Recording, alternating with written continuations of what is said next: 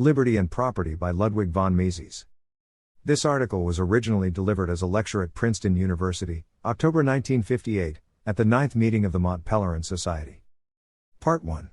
At the end of the 18th century there prevailed two notions of liberty, each of them very different from what we have in mind today referring to liberty and freedom. The first of these conceptions was purely academic and without any application to the conduct of political affairs. It was an idea derived from the books of the ancient authors, the study of which was then the sum and substance of higher education. In the eyes of these Greek and Roman writers, freedom was not something that had to be granted to all men. It was a privilege of the minority, to be withheld from the majority. What the Greeks called democracy was, in the light of present-day terminology, not what Lincoln called government by the people, but oligarchy, the sovereignty of full-right citizens in a community in which the masses were metics or slaves. Even this rather limited freedom after the 4th century before Christ was not dealt with by the philosophers, historians, and orators as a practical constitutional institution. As they saw it, it was a feature of the past irretrievably lost. They bemoaned the passing of this golden age, but they did not know any method of returning to it. The second notion of liberty was no less oligarchic, although it was not inspired by any literary reminiscences. It was the ambition of the landed aristocracy, and sometimes also of urban patricians, to preserve their privileges against the rising power of royal absolutism. In most parts of continental Europe, the princes remained victorious in these conflicts. Only in England and in the Netherlands did the gentry and the urban patricians succeed in defeating the dynasties. But what they won was not freedom for all, but only freedom for an elite, for a minority of the people. We must not condemn as hypocrites the men who in those ages praised liberty, while they preserved the legal disabilities of the many, even serfdom and slavery. They were faced with a problem which they did not know how to solve satisfactorily. The traditional system of production was too narrow for a continually rising population. The number of people for whom there was, in a full sense of the term, no room left by the pre-capitalistic methods of agriculture and artisanship was increasing. These supernumeraries were starving paupers. They were a menace to the preservation of the existing order of society and, for a long time, nobody could think of another order, a state of affairs, that would feed all of these poor wretches. There could not be any question of granting them full civil rights, still less of giving them a share of the conduct of affairs of state. The only expedient the rulers knew was to keep them quiet by resorting to force. Part 2. The pre-capitalistic system of product was restrictive. Its historical basis was military conquest. The victorious kings had given the land to their paladins. These aristocrats were lords in the literal meaning of the word, as they did not depend on the patronage of consumers buying or abstaining from buying on a market. On the other hand, they themselves were the main customers of the processing industries which, under the guild system, were organized on a corporative scheme. This scheme was opposed to innovation. It forbade deviation from the traditional methods of production. The number of people for whom there were jobs even in agriculture or in the arts and crafts was limited. Under these conditions, many a man, to use the words of Malthus, had to discover that at nature's mighty feast there is no vacant cover for him and that she tells him to be gone. But some of these outcasts nevertheless managed to survive, begot children, and made the number of destitute grow hopelessly more and more. But then came capitalism. It is customary to see the radical innovations that capitalism brought about in the substitution of the mechanical factory for the more primitive and less efficient methods of the artisan shops. This is a rather superficial view. The characteristic feature of capitalism that distinguishes it from pre-capitalist methods of production was its new principle of marketing. Capitalism is not simply mass production, but mass production to satisfy the needs of the masses. The arts and crafts of the good old days had catered almost exclusively to the wants of the well-to-do. But the factories produced cheap goods for the many. All the early factories turned out was designed to serve the masses, the same strata that worked in the factories. They served them either by supplying them directly or indirectly by exporting and thus providing for them foreign food and raw materials. This principle of marketing was the signature of early capitalism as it is of present-day capitalism.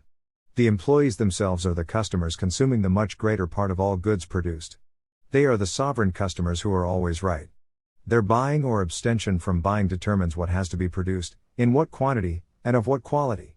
In buying what suits them best they make some enterprises profit and expand and make other enterprises lose money and shrink. Thereby they are continually shifting control of the factors of production into the hands of those businessmen who are most successful in filling their wants. Under capitalism, private property of the factors of production is a social function. The entrepreneurs, capitalists, and landowners are mandataries, as it were, of the consumers, and their mandate is revocable. In order to be rich, It is not sufficient to have once saved and accumulated capital. It is necessary to invest it again and again in those lines in which it best fills the wants of the consumers. The market process is a daily repeated plebiscite, and it ejects inevitably from the ranks of profitable people those who do not employ their property according to the orders given by the public. But business, the target of fanatical hatred on the part of all contemporary governments and self-styled intellectuals, acquires and preserves bigness only because it works for the masses. The plants that cater to the luxuries of the few never attain big size. The shortcoming of 19th-century historians and politicians was that they failed to realize that the workers were the main consumers of the products of industry. In their view, the wage earner was a man toiling for the sole benefit of a parasitic leisure class.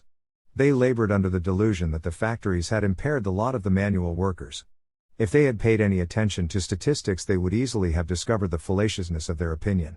Infant mortality dropped, the average length of life was prolonged, the population multiplied, and the average common man enjoyed amenities of which even the well-to-do of earlier ages did not dream. However, this unprecedented enrichment of the masses were merely a byproduct of the Industrial Revolution. Its main achievement was the transfer of economic supremacy from the owners of land to the totality of the population. The common man was no longer a drudge who had to be satisfied with the crumbs that fell from the tables of the rich.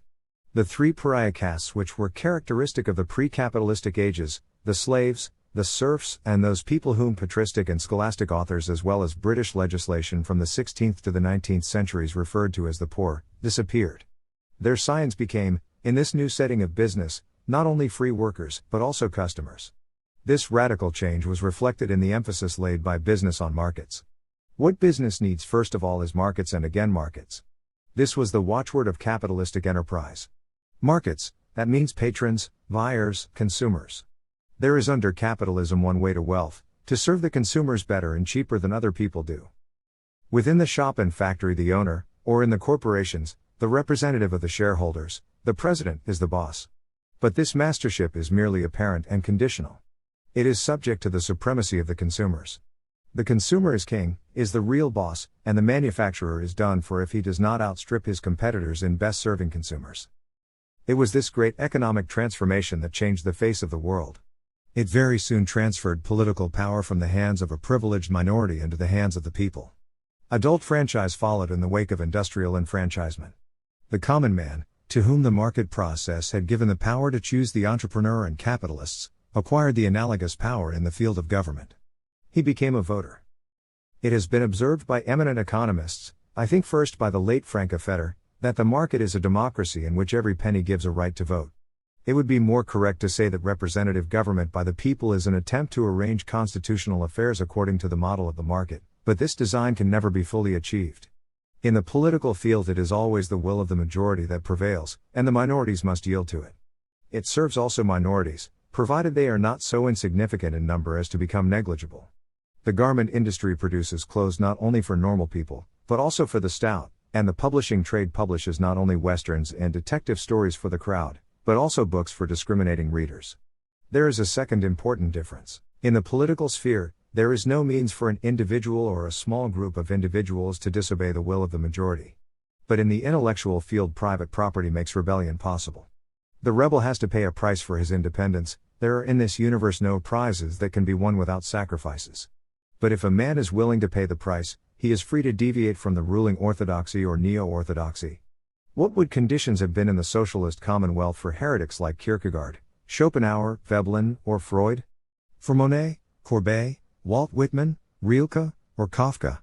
In all ages, pioneers of new ways of thinking and acting could work only because private property made contempt of the majority's ways possible. Only a few of these separatists were themselves economically independent enough to defy the government into the opinions of the majority.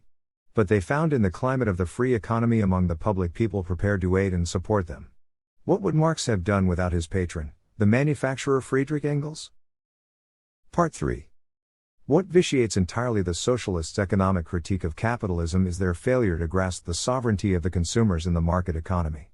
They see only hierarchical organization of the various enterprises and plans, and are at a loss to realize that the profit system forces business to serve the consumers.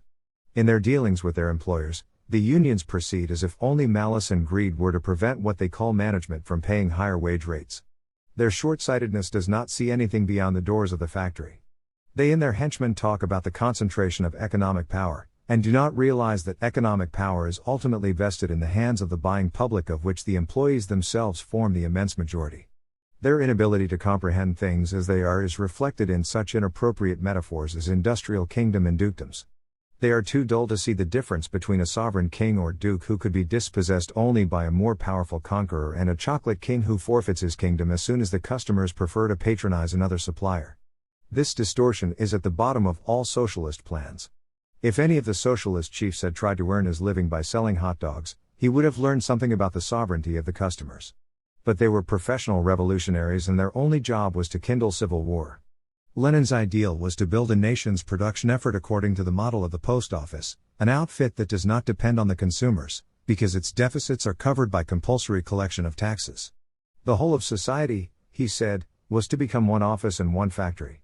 He did not see that the very character of the office and the factory is entirely changed when it is alone in the world and no longer grants to people the opportunity to choose among the products and services of various enterprises. Because his blindness made it impossible for him to see the role the market and the consumers play under capitalism, he could not see the difference between freedom and slavery. Because in his eyes the workers were only workers and not also customers, he believed they were already slaves under capitalism, and that one did not change their status when nationalizing all plants and shops. Socialism substitutes the sovereignty of a dictator, or committee of dictators, for the sovereignty of the consumers. Along with the economic sovereignty of the citizens disappears also their political sovereignty.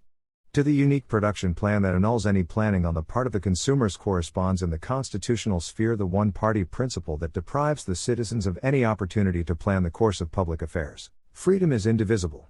He who has not the faculty to choose among various brands of canned food or soap, is also deprived of the power to choose between various political parties and programs and to elect the office holders.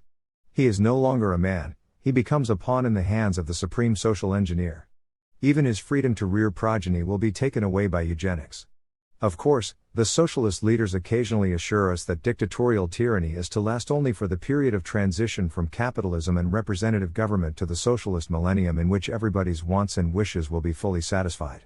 Once the socialist regime is sufficiently secure to risk criticism, Miss Joan Robinson, the eminent representative of the British Neo-Cambridge School, is kind enough to promise us, even independent Philharmonic societies will be allowed to exist.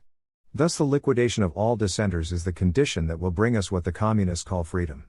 From this point of view we may also understand what another distinguished Englishman, Mr. J. G. Crowther, had in mind when he praised Inquisition as beneficial to science when it protects a rising class. The meaning of all this is clear. When all people meekly bow to a dictator, there will no longer be any dissenters left for liquidation. Caligula, Torquemada, Robespierre would have agreed with this solution. The socialists have engineered a semantic revolution in converting the meaning of terms into their opposite. In the vocabulary of their newspeak, as George Orwell called it, there is a term, the one-party principle. Now etymologically party is derived from the noun part. The brotherless part is no longer different from its antonym, the whole, it is identical with it.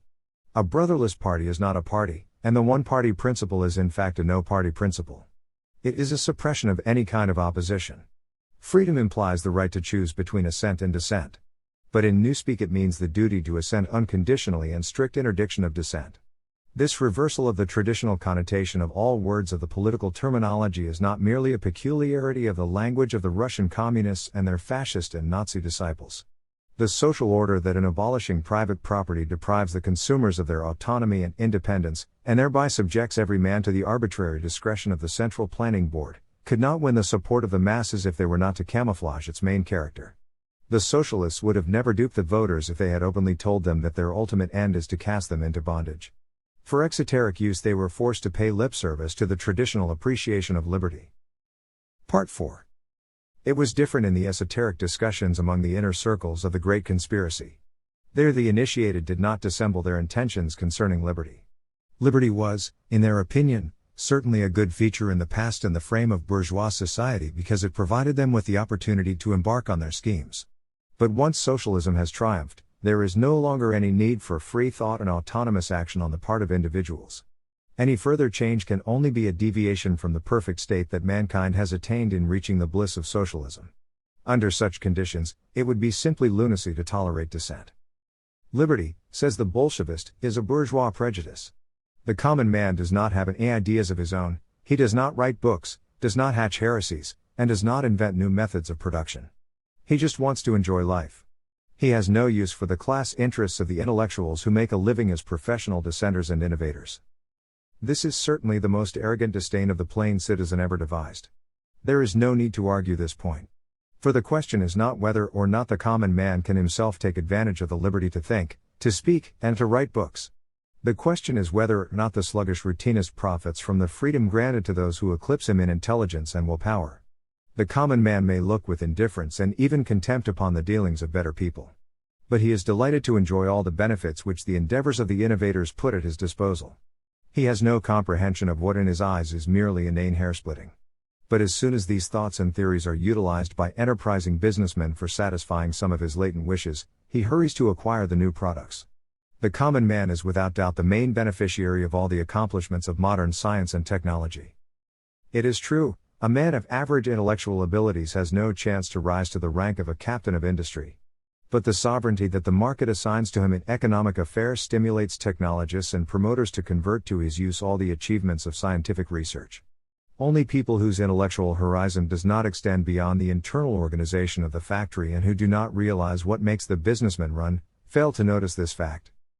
The admirers of the Soviet system tell us again and again that freedom is not the supreme good. It is not worth having, if it implies poverty.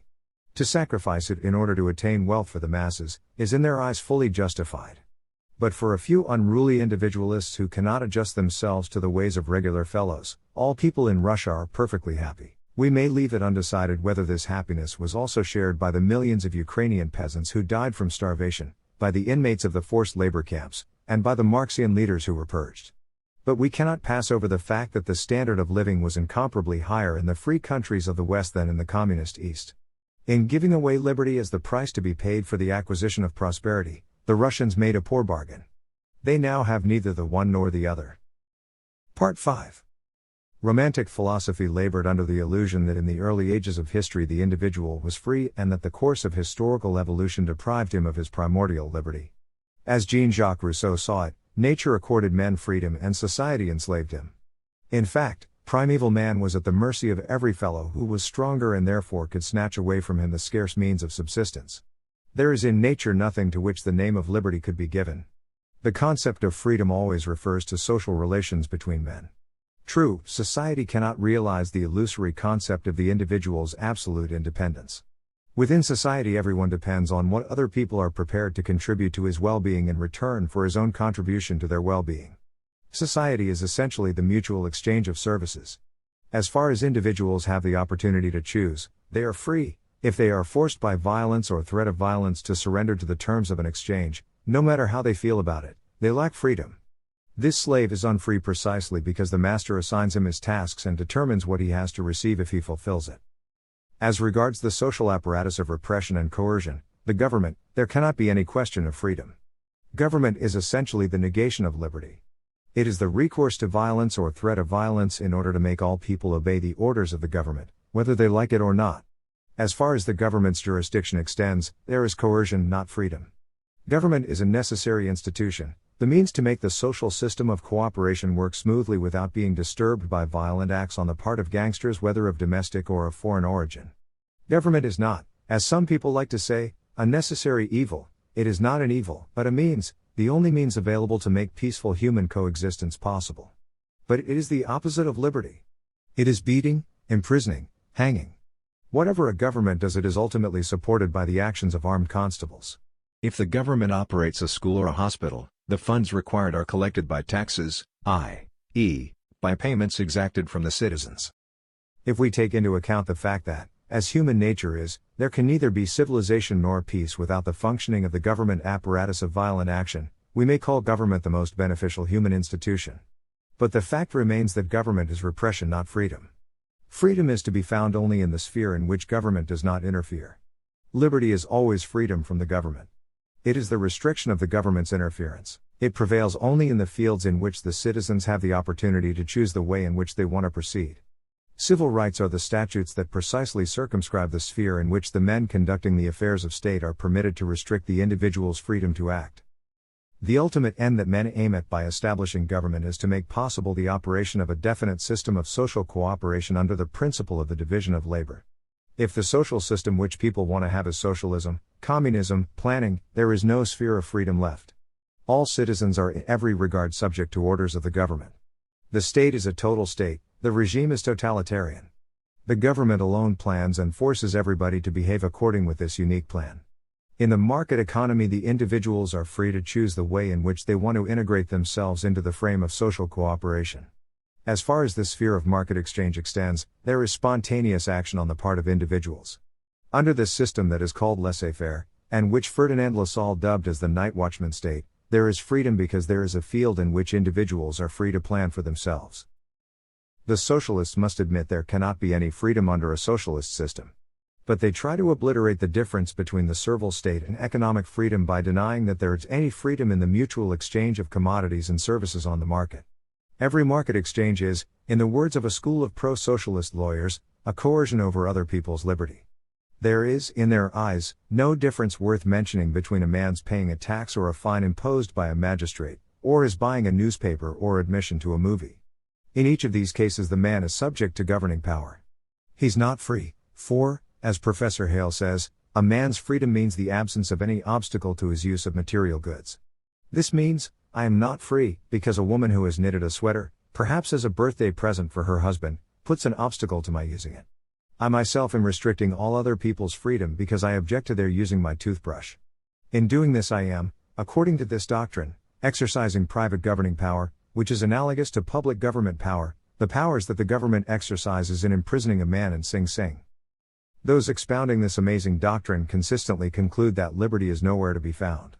They assert that what they call economic pressures do not essentially differ from the pressures the masters practice with regard to their slaves. They reject what they call private governmental power, but they don't object to the restriction of liberty by public government power. They want to concentrate all what they call restrictions of liberty in the hands of the government. They attack the institution of private property and the laws that, as they say, stand ready to enforce property rights, that is, to deny liberty to anyone to act in a way which violates them. A generation ago all housewives prepared soup by proceeding in accordance with the recipes that they had got from their mothers or from a cookbook. Today many housewives prefer to buy a canned soup, to warm it and to serve it to their family. But, say our learned doctors, the canning corporation is in a position to restrict the housewife's freedom because, in asking a price for the tin can, it puts an obstacle to her use of it. People who did not enjoy the privilege of being tutored by these eminent teachers, would say that the canned product was turned out by the cannery, and that the corporation in producing it removed the greatest obstacle to a consumer's getting and using a can, viz., its non-existence. The mere essence of a product cannot gratify anybody without its existence. But they are wrong, say the doctors. The corporation dominates the housewife, it destroys by its excessive concentrated power over her individual freedom, and it is the duty of the government to prevent such a gross offense. Corporations, say, under the auspices of the Ford Foundation, another of this group, Professor Burrell, must be subjected to the control of the government. Why does our housewife buy the canned product rather than cling to the methods of her mother and grandmother? No doubt because she thinks this way of acting is more advantageous for her than the traditional custom. Nobody forced her. There were people, they are called jobbers, promoters, capitalists, speculators, stock exchange gamblers, who had the idea of satisfying a latent wish of millions of housewives by investing in the cannery industry. And there are other equally selfish capitalists who, in many hundreds of other corporations, provide consumers with many hundreds of other things. The better a corporation serves the public, the more customers it gets, the bigger it grows. Go into the home of the average American family and you will see for whom the wheels of the machines are turning. In a free country nobody is prevented from acquiring riches by serving the consumers better than they are served already. What he needs is only brains and hard work. Modern civilization, nearly all civilization, said Edwin Cannon, the last in a long line of eminent British economists, is based on the principle of making things pleasant for those who please the market, and unpleasant for those who fail to do so. All this talk about the concentration of economic power is vain. The bigger a corporation is, the more people it serves, the more does it depend on pleasing the consumers, the many, the masses. Economic power, in the market economy, is in the hands of the consumers. Capitalistic business is not perseverance in the once attained state of production. It is rather ceaseless innovation, daily repeated attempts to improve the provision of the consumers by new, better and cheaper products. Any actual state of production activities is merely transitory. There prevails incessantly the tendency to supplant what is already achieved by something that serves the consumers better. There is consequently under capitalism a continuous circulation of elites. What characterizes the men whom one calls the captains of industry is the ability to contribute new ideas and to put them to work. However big a corporation must be, it is doomed as soon as it does not succeed in adjusting itself daily anew to the best possible methods of serving the consumers. But the politicians and other would-be reformers see only the structure of industry as it exists today. They think that they are clever enough to snatch from business control of the plants as they are today, and to manage them by sticking to already established routines. While the ambitious newcomer, who will be the tycoon of tomorrow, is already preparing plans for things unheard of before, all they have in mind is to conduct affairs along tracks already beaten. There is no record of an industrial innovation contrived and put into practice by bureaucrats.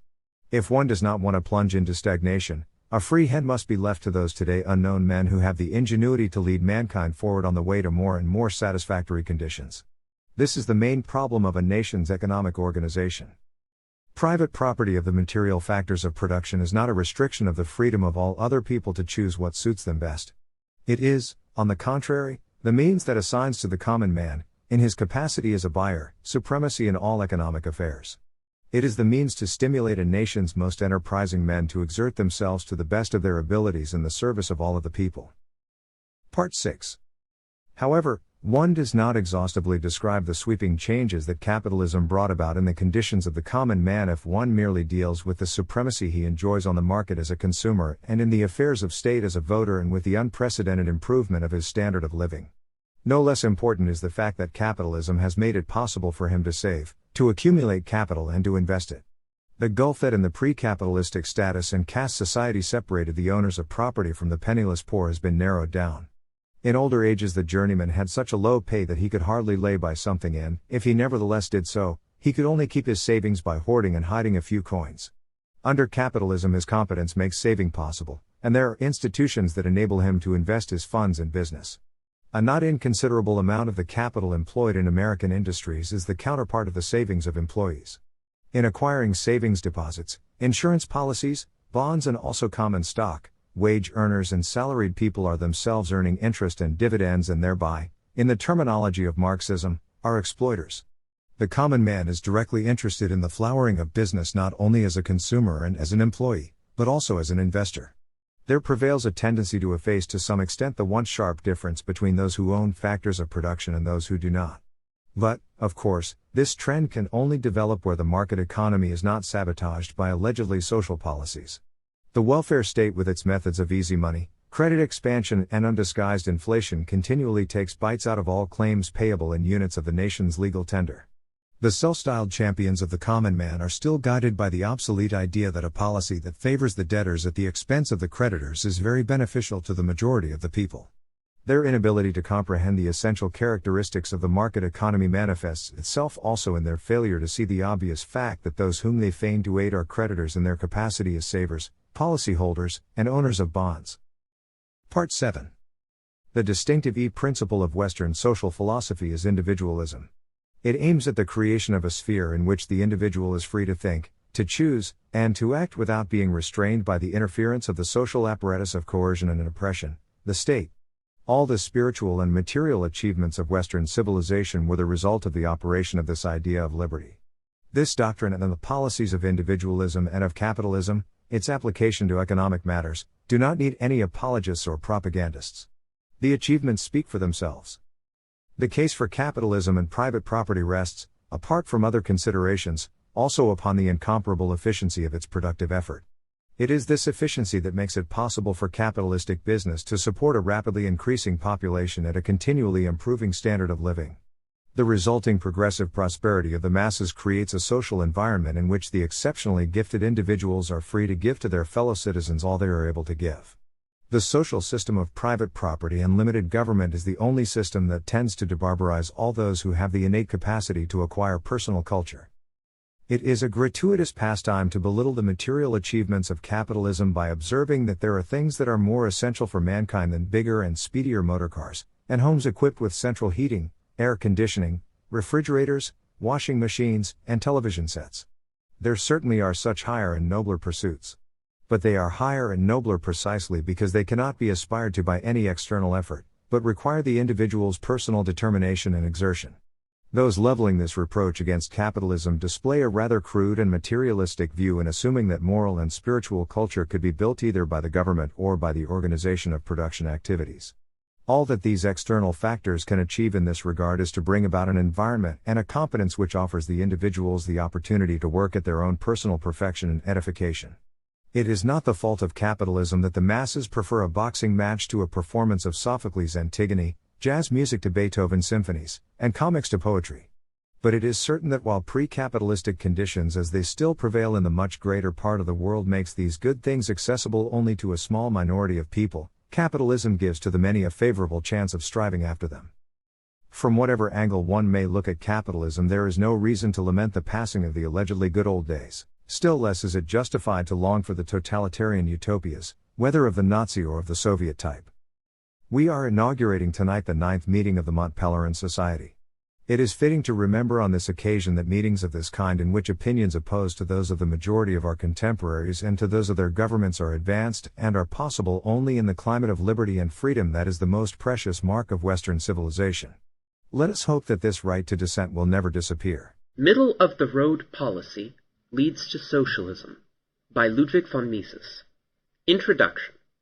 The fundamental dogma of all brands of socialism and communism is that the market economy, or capitalism, is a system that hurts the vital interests of the immense majority of people for the sole benefit of a small minority of rugged individualists.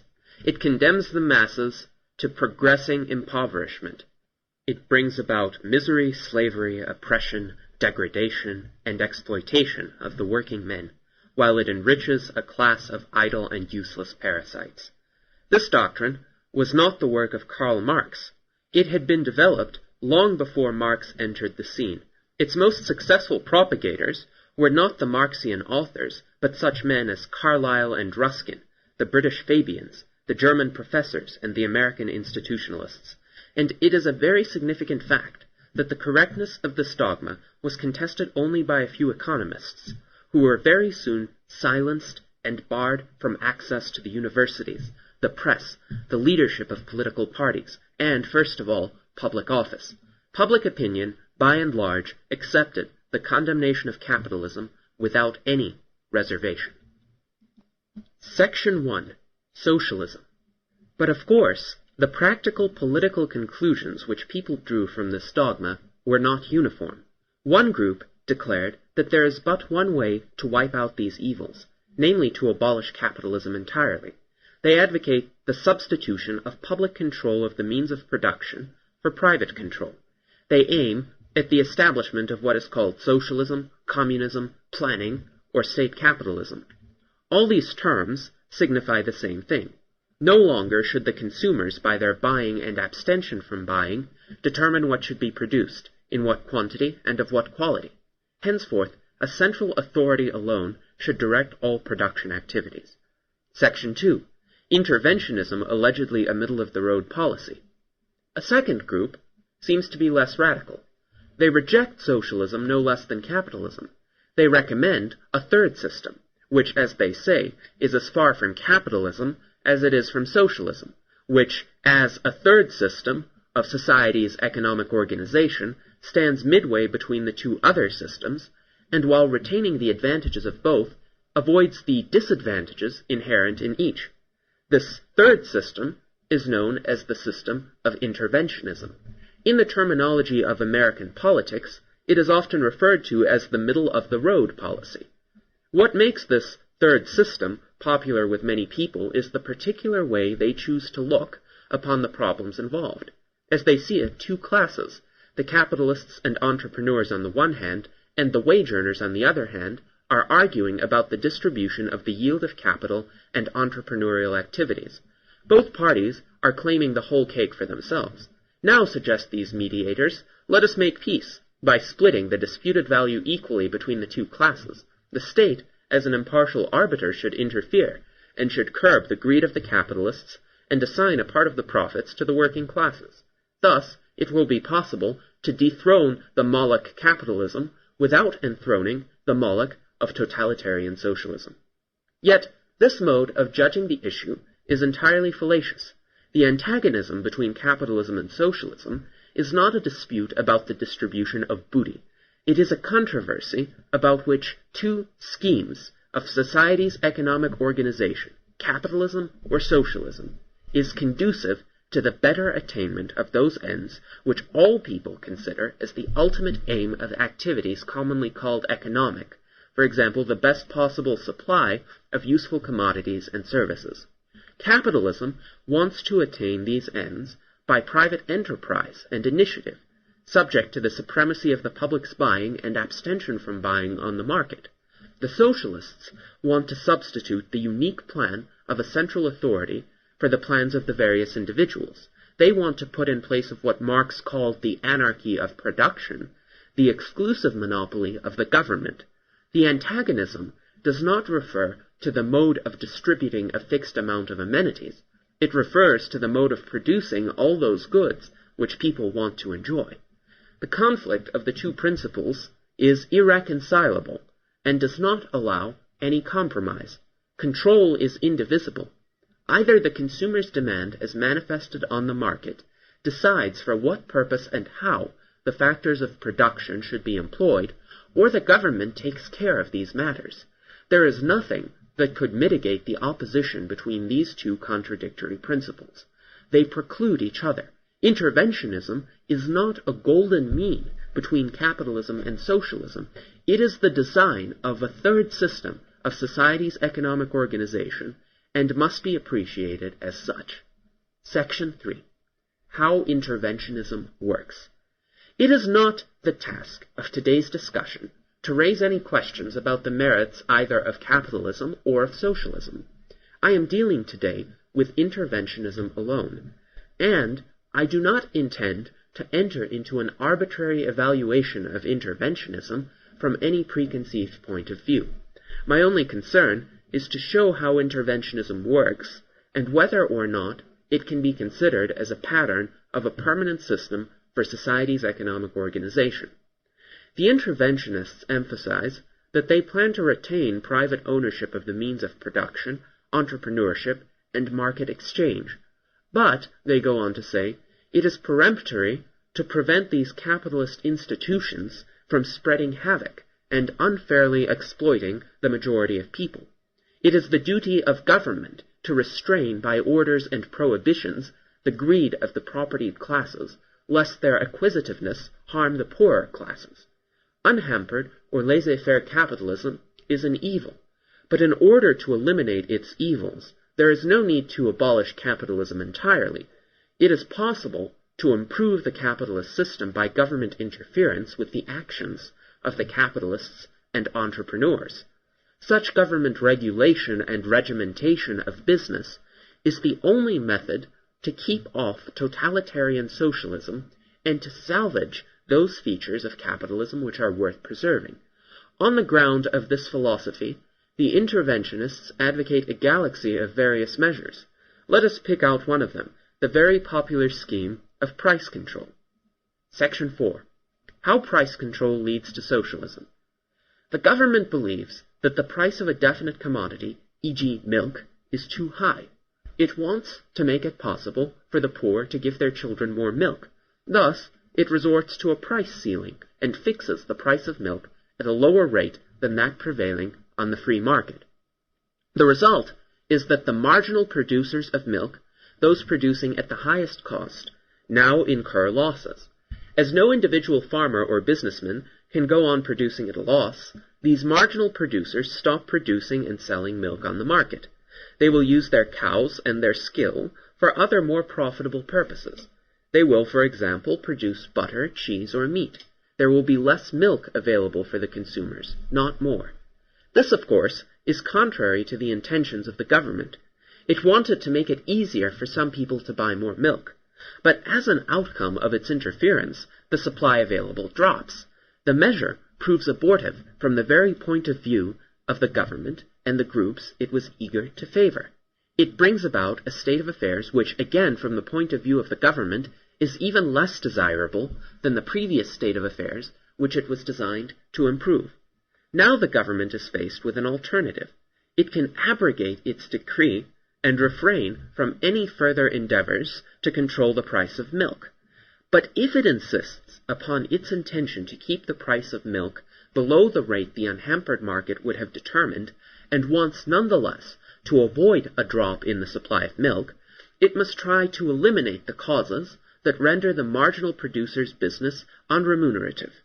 It must add to the first decree concerning only the price of milk a second decree fixing the prices of the factors of production necessary for the production of milk at such a low rate that the marginal producers of milk will no longer suffer losses and will therefore abstain from restricting output. But then the same story repeats itself on a remoter plane. The supply of the factors of production required for the production of milk drops, and again the government is back where it started. If it does not want to admit defeat and to abstain from any meddling with prices, it must push further and fix the prices of those factors of production which are needed for the production of the factors necessary for the production of milk. Thus, the government is forced to go further and further, fixing step by step the prices of all consumers' goods and of all factors of production, both human, i.e. labor, and material, and to order every entrepreneur and every worker to continue work at these prices and wages. No branch of industry can be omitted from this all-round fixing of prices and wages, and from this obligation to produce those quantities which the government wants to see produced. If some branches were to be left free out of regard for the fact that they produce only goods qualified as non-vital or even as luxuries, capital and labor would tend to flow into them, and the result would be a drop in the supply of those goods, the prices of which government has fixed precisely because it considers them as indispensable for the satisfaction of the needs of the masses. But when this state of all-round control of business is attained, there can no longer be any question of a market economy. No longer do the citizens, by their buying and abstention from buying, determine what should be produced and how. The power to decide these matters has devolved upon the government. This is no longer capitalism. It is all-round planning by the government. It is socialism. The Zwangswirtschaft type of socialism. It is of course true that this type of socialism preserves some of the labels and the outward appearance of capitalism. It maintains, seemingly and nominally, private ownership of the means of production, prices, wages, interest rates, and profits. In fact, however, nothing counts but the government's unrestricted autocracy. The government tells the entrepreneurs and capitalists what to produce and in what quantity and quality, at what prices to buy and from whom, at what prices to sell and to whom. It decrees at what wages and where the workers must work. Market exchange is but a sham. All the prices, wages, and interest rates are determined by the authority. They are prices, wages, and interest rates in appearance only. In fact, they are merely quantity relations in the government's orders. The government, and not the consumers, directs production. The government determines each citizen's income. It assigns to everybody the position in which he has to work. This is socialism in the outward guise of capitalism. It is the Zwangswirtschaft of Hitler's German Reich and the planned economy of Great Britain. Section 6. German and British experience. For the scheme of social transformation which I have depicted is not merely a theoretical construction. It is a realistic portrayal of the succession of events that brought about socialism in Germany, in Great Britain, and in some other countries. The Germans, in the First World War, began with price ceilings for a small group of consumers' goods considered as vital necessities. It was the inevitable failure of these measures that impelled them to go further and further, until, in the second period of the war, they designed the Hindenburg Plan. In the context of the Hindenburg Plan, no room whatever was left for a free choice on the part of the consumers and for initiative action on the part of business. All economic activities were unconditionally subordinated to the exclusive jurisdiction of the authorities. The total defeat of the Kaiser swept the whole imperial apparatus of administration away, and with it went also the grandiose plan. But when in 1931 Chancellor Brüning embarked anew on a policy of price control, and his successors, first of all Hitler, obstinately clung to it, the same story repeated itself. Great Britain, and all the other countries which in the First World War adopted measures of price control, had to experience the same failure. They too were pushed further and further in their attempts to make the initial decrees work, but they were still at a rudimentary stage of this development when the victory and the opposition of the public brushed away all schemes for controlling prices. It was different in the Second World War. Then, Great Britain again resorted to price ceilings for a few vital commodities, and had to run the whole gamut, proceeding further and further until it had substituted all-round planning of the country's whole economy for economic freedom. When the war came to an end, Great Britain was a socialist commonwealth. It is noteworthy to remember that British socialism was not an achievement of Mr. Attlee's Labour government, but of the war cabinet of Mr. Winston Churchill. What the Labour Party did was not the establishment of socialism in a free country, but retaining socialism as it had developed during the war and in the post-war period. The fact has been obscured by the great sensation made about the nationalization of the Bank of England, the coal mines, and other branches of business. However, Great Britain is to be called a socialist country not because certain enterprises have been formally expropriated and nationalized, but because all the economic activities of all citizens are subject to full control of the government and its agencies. The authorities direct the allocation of capital and of manpower to the various branches of business. They determine what should be produced. Supremacy in all business activities is exclusively vested in the government. The people are reduced to the status of wards, unconditionally bound to obey orders. To the businessmen, the former entrepreneurs, merely ancillary functions are left. All that they are free to do is to carry into effect, within a nearly circumscribed narrow field, the decisions of the government departments. What we have to realize is that price ceilings affecting only a few commodities fail to attain the ends sought. On the contrary, they produce effects which from the point of view of the government are even worse than the previous state of affairs which the government wanted to alter. If the government, in order to eliminate these inevitable but unwelcome consequences, pursues its course further and further, it finally transforms the system of capitalism and free enterprise into socialism of the Hindenburg pattern. Section 7.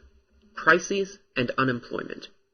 The same is true of all other types of meddling with the market phenomena.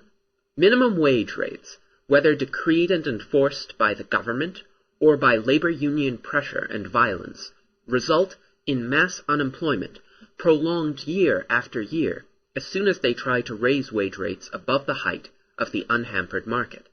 The attempts to lower interest rates by credit expansion generate, it is true, a period of booming business, but the prosperity thus created is only an artificial hothouse product and must inexorably lead to the slump and to the depression. People must pay heavily for the easy money orgy of a few years of credit expansion and inflation. The recurrence of periods of depression and mass unemployment has discredited capitalism in the opinion of injudicious people. Yet, these events are not the outcome of the operation of the free market. They are, on the contrary, the result of well-intentioned but ill-advised government interference with the market.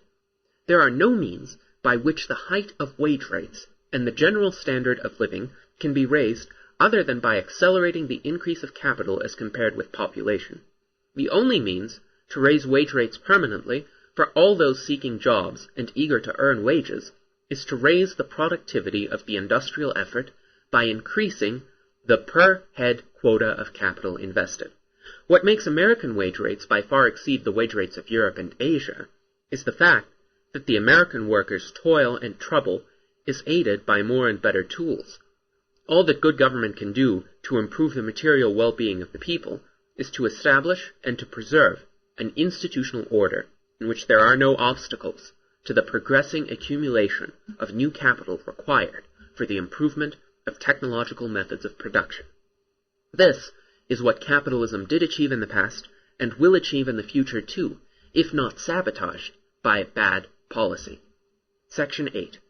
Two roads to socialism. Interventionism cannot be considered as an economic system destined to stay. It is a method for the transformation of capitalism into socialism by a series of successive steps.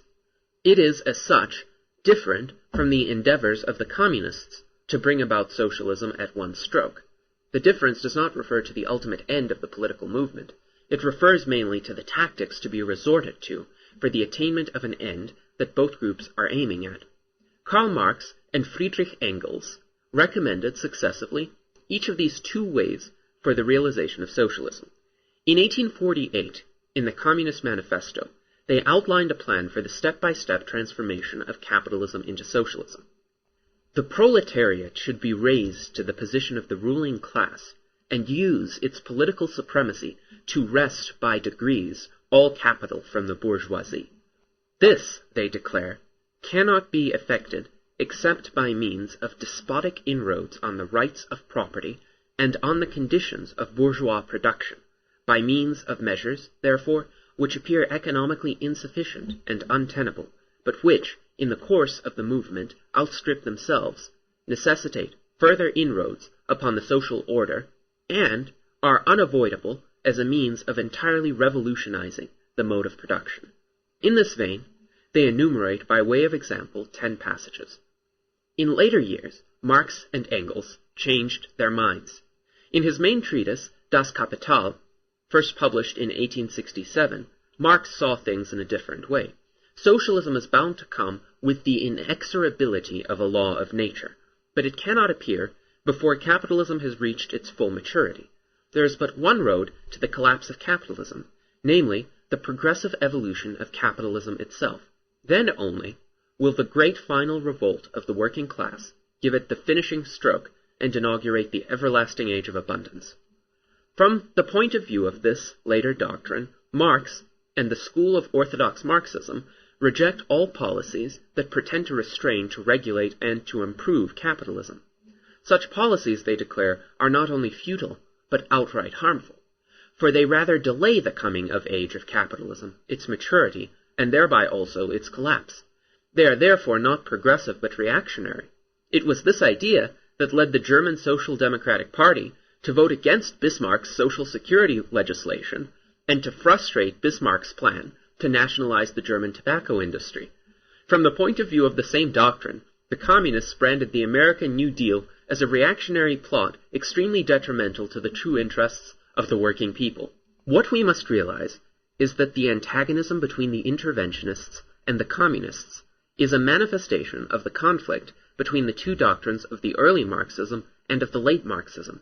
It is the conflict between the Marx of 1848, the author of the Communist Manifesto, and the Marx of 1867, the author of Das Kapital. And it is paradoxical, indeed, that the document in which Marx endorsed the policies of the present-day self-styled anti-communists is called the Communist Manifesto. There are two methods available for the transformation of capitalism into socialism. One is to expropriate all farms, plants, and shops, and to operate them by a bureaucratic apparatus as departments of the government. The whole of society, says Lenin, becomes one office and one factory, with equal work and equal pay. The whole economy will be organized like the postal system. The second method is the method of the Hindenburg Plan, the originally German pattern of the welfare state and of planning. It forces every firm and every individual to comply strictly with the orders issued by the government's Central Board of Production Management. Such was the intention of the National Industrial Recovery Act of 1933, which the resistance of business frustrated and the Supreme Court declared unconstitutional. Such is the idea implied in the endeavors to substitute planning for private enterprise. Section 9. Foreign Exchange Control. The foremost vehicle for the realization of the second type of socialism in industrial countries like Germany and Great Britain is foreign exchange control. These countries cannot feed and clothe their people out of domestic resources. They must import large quantities of food and raw materials. In order to pay for these badly needed imports, they must export manufactures, most of them produced out of imported raw material. In such countries, almost every business transaction, directly or indirectly, is conditioned either by exporting or importing or by both exporting and importing.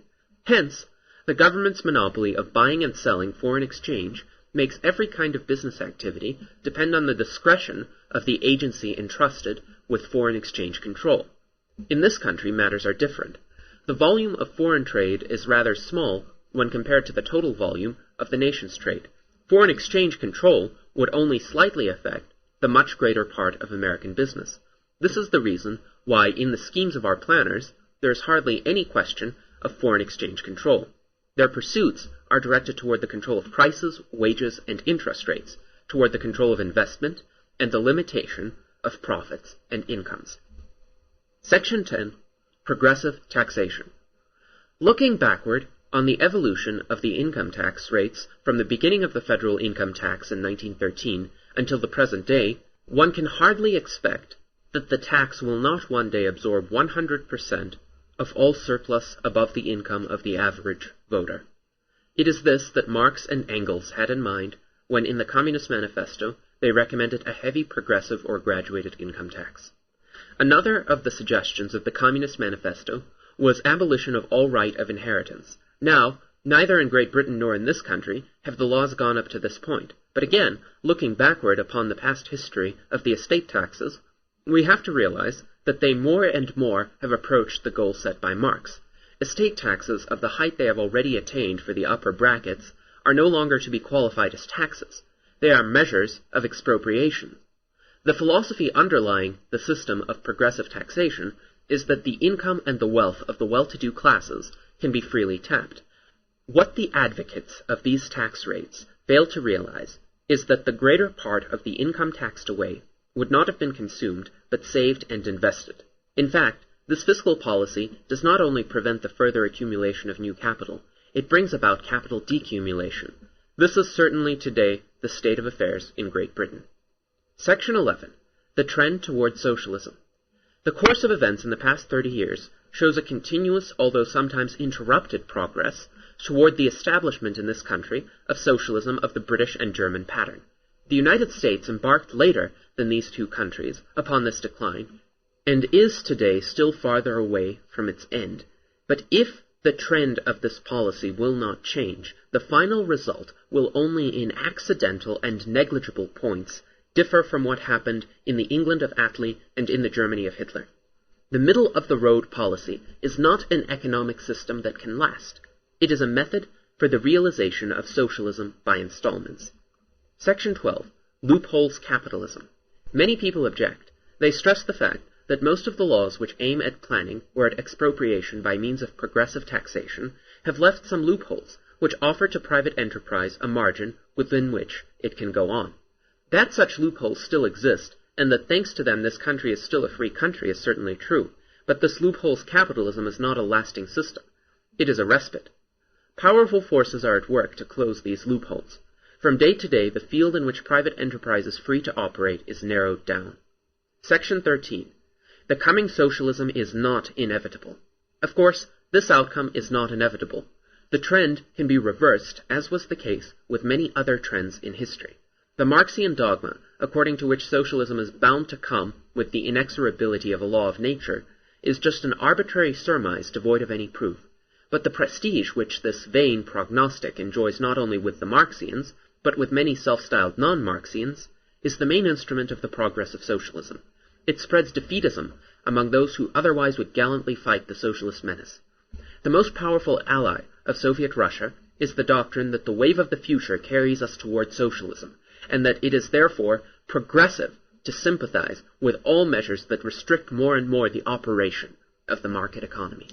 Even in this country, which owes to a century of rugged individualism the highest standard of living ever attained by any nation, public opinion condemns laissez-faire.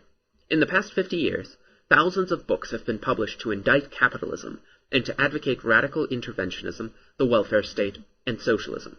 The few books which tried to explain adequately the working of the free market economy were hardly noticed by the public. Their authors remained obscure, while such authors as Veblen, Commons, John Dewey, and Lasky were exuberantly praised. It is a well-known fact that the legitimate stage, as well as the Hollywood industry, are no less radically critical of free enterprise than are many novels. There are in this country many periodicals which in every issue furiously attack economic freedom. there is hardly any magazine of opinion that would plead for the system that supplied the immense majority of people with good food and shelter, with cars, refrigerators, radio sets, and other things which the subjects of other countries call luxuries. The impact of this state of affairs is that practically very little is done to preserve the system of private enterprise. There are only middle-of-the-roaders who think they have been successful when they have delayed for some time an especially ruinous measure. They are always in retreat. They put up today with measures which only 10 or 20 years ago they would have considered as undiscussable. They will in a few years acquiesce in other measures which they today consider as simply out of the question. What can prevent the coming of totalitarian socialism is only a thorough change in ideologies. What we need is neither anti-socialism nor anti-communism, but an open, positive endorsement of that system to which we owe all the wealth that distinguishes our age from the comparatively straitened conditions of ages gone by.